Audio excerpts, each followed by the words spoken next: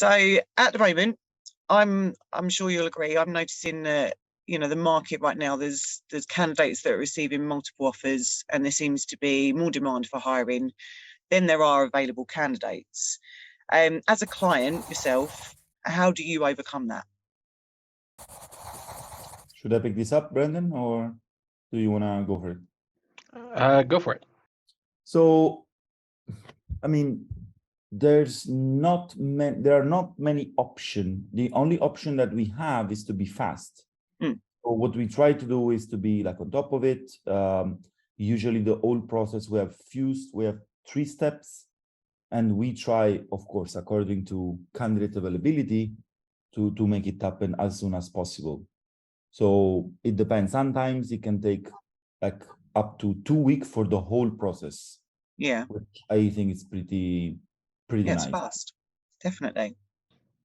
Okay. Yeah, I think we try to definitely, once we've interacted or gotten like a submission from a candidate, we try to generally get back to them at least with kind of what the next steps are within the next, week or so. We try to be as fast as we can. And if we know that it's a candidate that we are feeling really strong about, we'll try and schedule the next step like that day or the next day.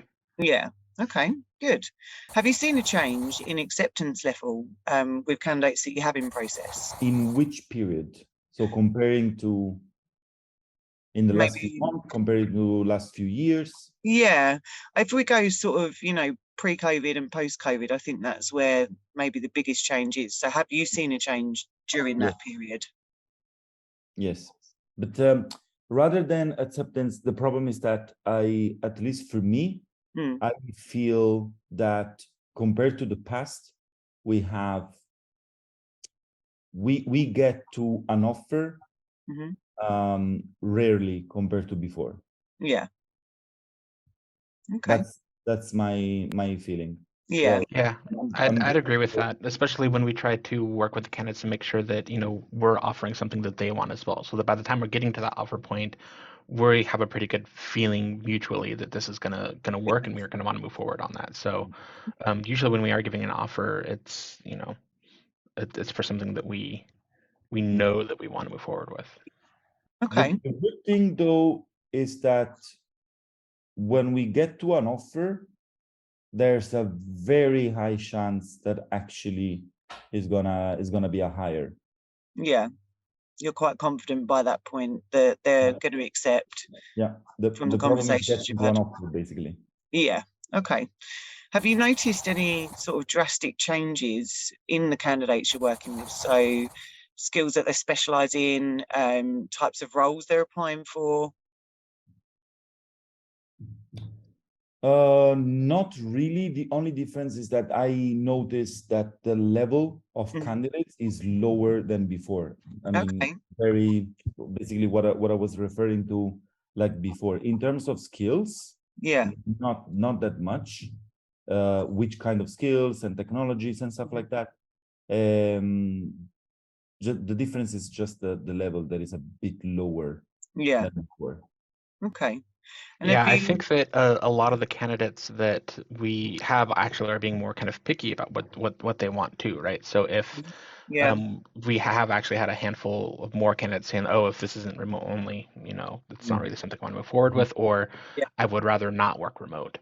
And so people are being more picky about kind of the environment that they work in and making sure that fits, their life as well too.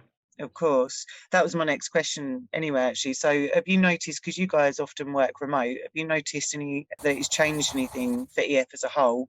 Is it, are you finding it's better, you're more productive? Has it had a worsen effect in the team?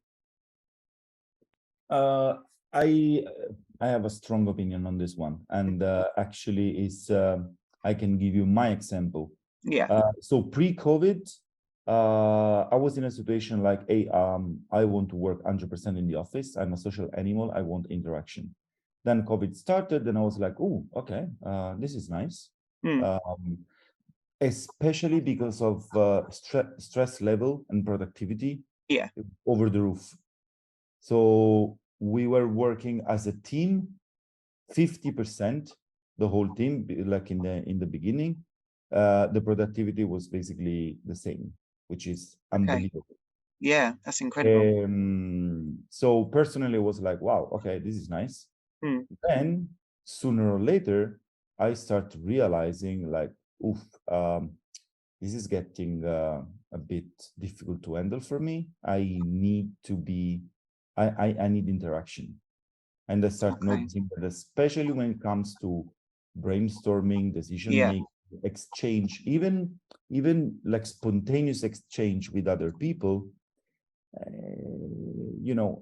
it was a bit tricky for me. So finally, what happened now, and this is what I like in the end, having a balance between being in the office and being at home is like the sweet spot. That's for me, like my 2 cents personal opinion experience, of course. Yeah, and that's my experience as well. Being at home is really great for we call them like focus days, right? So if you're trying to be super productive, do the really deep critical thinking, working from home is great for that. For more situations where you need like a higher fidelity of communication, being face to face in the office is super helpful. So when we're, whiteboarding or brainstorming like an architectural problem, we try to have those when we're together. But when we're each is working on our tasks, we're much more productive when we're at home. Yeah, you've got the best of both worlds in a sense, haven't you? As you said, the sweet spot. So good. Okay.